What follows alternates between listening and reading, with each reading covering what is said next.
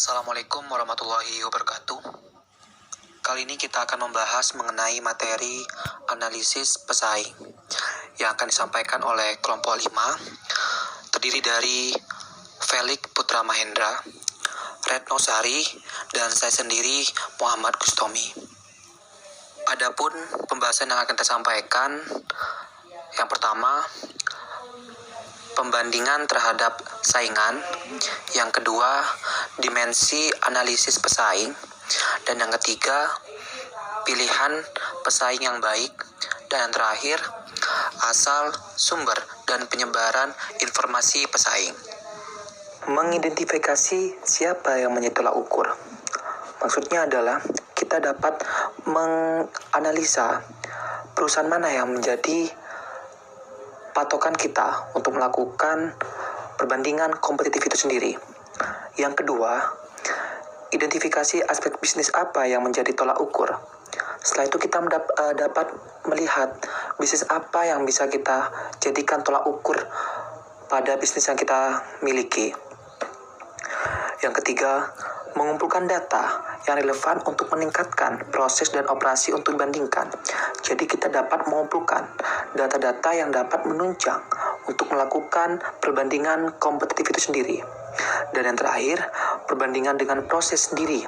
Maksudnya adalah setelah kita melakukan analisis tersebut, kita dapat membandingkan proses yang kita lakukan dengan proses yang perusahaan lain lakukan. Selanjutnya yaitu dimensi analisis pesaing. Fokus analisis pesaing haruslah perusahaan dalam kelompok strategis yang sama dengan perusahaan yang bersangkutan. Namun, dalam jangka panjang ada bahaya dalam analisis yang sangat dibatasi. Industri secara keseluruhan harus dipindai untuk pesaing tidak langsung yang mungkin memiliki sumber daya atau kebutuhan untuk mengatasi hambatan masuk ke kelompok strategis pertahanan.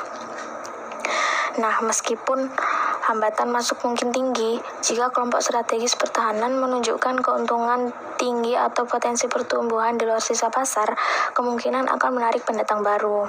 Misalnya, contoh untuk waktu yang lama pembuatan mobil mewah Eropa menunjukkan beberapa miopia dengan fokus mereka terkonsentrasi pada satu sama lain daripada produsen massal Jepang di pasar Amerika Serikat.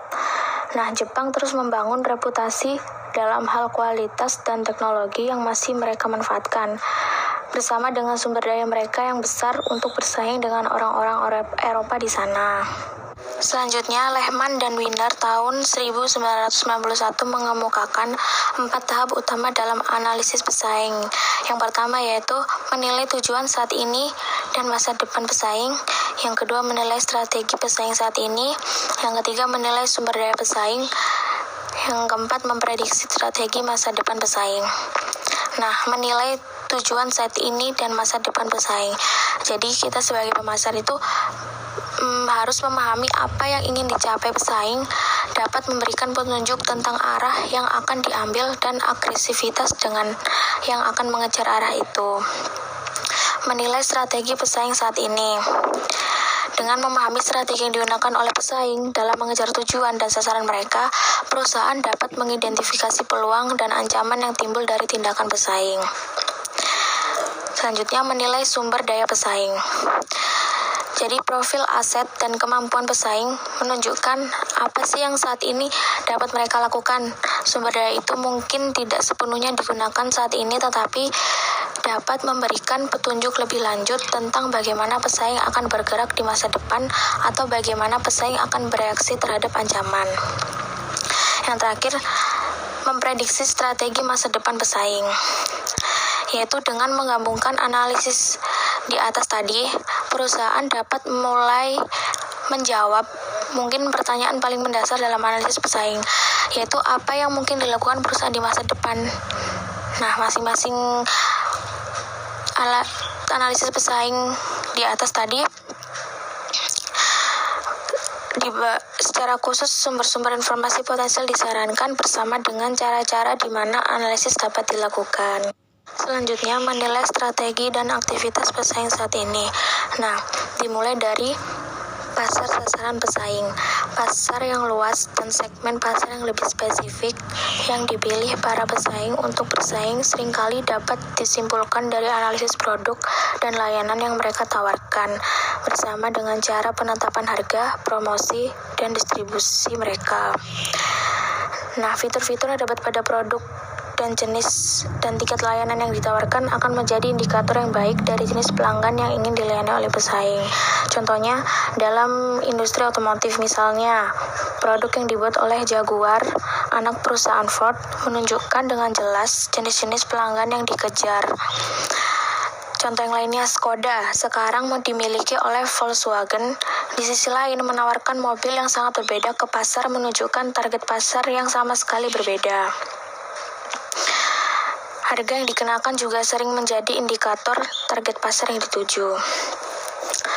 Contoh lainnya yaitu dalam retail bahan makanan, misalnya Aldi dan Netto, secara konsisten mengejar strategi minimum kisaran harga rendah dalam upaya untuk menarik pembeli grosir bahan pangan yang sensitif terhadap harga daripada bersaing secara langsung dengan para pemimpin industri seperti Tesco dan Sainsbury tentang kualitas dan layanan.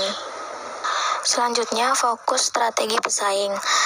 Ada dua rute utama untuk menciptakan keunggulan kompetitif. Yang pertama adalah melalui biaya rendah relatif terhadap pesaing, dan yang kedua adalah dengan memberikan keunikan yang bernilai produk dan layanan yang berbeda yang bersedia dibayar oleh pelanggan. Nah, ini jelas sangat perlu untuk mendasarkan keunggulan diferensial pada target pelanggan dan penting untuk menghindari mendasarkan strategi kompetitif seseorang dalam mencoba membangun kekuatan di mana seseorang akan selalu menjadi relatif lemah terhadap pesaing. Selanjutnya, bauran pemasaran pendukung pesaing. Analisis bauran pemasaran yang diadopsi oleh pesaing dapat memberikan petunjuk yang bermanfaat mengenai pasar sasaran di mana mereka membidik dan keuntungan kompetitif yang mereka upayakan untuk membangun dengan target tersebut. Nah, analisis strategi penetapan harga pesaing dapat mengidentifikasi kesenjangan di pasar. Misalnya, vodka pemasaran perusahaan di Amerika Serikat mencatat bahwa pemimpin menawarkan produk pada sejumlah titik harga yang relatif tinggi, tapi telah membuat orang lain kosong. Ini memungkinkan perusahaan untuk memposisikan penawarannya sendiri di sektor pasar yang berbeda. Selanjutnya, organisasi pemasaran pesaing. Memahami struktur organisasi pesaing dapat memberikan petunjuk seberapa cepat dan dengan cara apa pesaing cenderung merespon perubahan lingkungan atau tindakan kompetitif. Nah, di mana pesaing itu harus bertanggung jawab untuk mengidentifikasi produknya dengan jelas dan mampu merespon lebih cepat daripada perusahaan jika sebuah tanggung jawab itu tidak jelas atau membingungkan. Nah, perusahaan yang diorganisasikan di sekitar pasar bukan produk, cenderung melihat perubahan pasar lebih awal dan berada dalam posisi untuk memimpin perubahan daripada sekedar bereaksi terhadapnya. Selanjutnya yaitu memprediksi strategi masa depan pesaing. Tujuan utama dari analisis pesaing adalah untuk menentukan profil respon pesaing, yaitu panduan bagaimana perilaku pesaing ketika dihadapkan dengan berbagai perubahan lingkungan dan persaingan. Nah, ini mencakup pertanyaan-pertanyaan seperti berikut. Yang pertama, apakah pesaing puas dengan posisi saat ini? Nah, satu yang puas mungkin memungkinkan pesaing tidak langsung untuk mengeksploitasi pasar baru tanpa terganggu. Sebagai alternatif, seseorang yang mencoba untuk memperbaiki posisinya saat ini mungkin cepat dalam mengejar perubahan pasar atau terobsesi dengan meningkatkan kinerja keuntungan jangka pendeknya sendiri. Yang kedua, kemungkinan gerakan atau perubahan strategi apa yang akan dilakukan pesaing.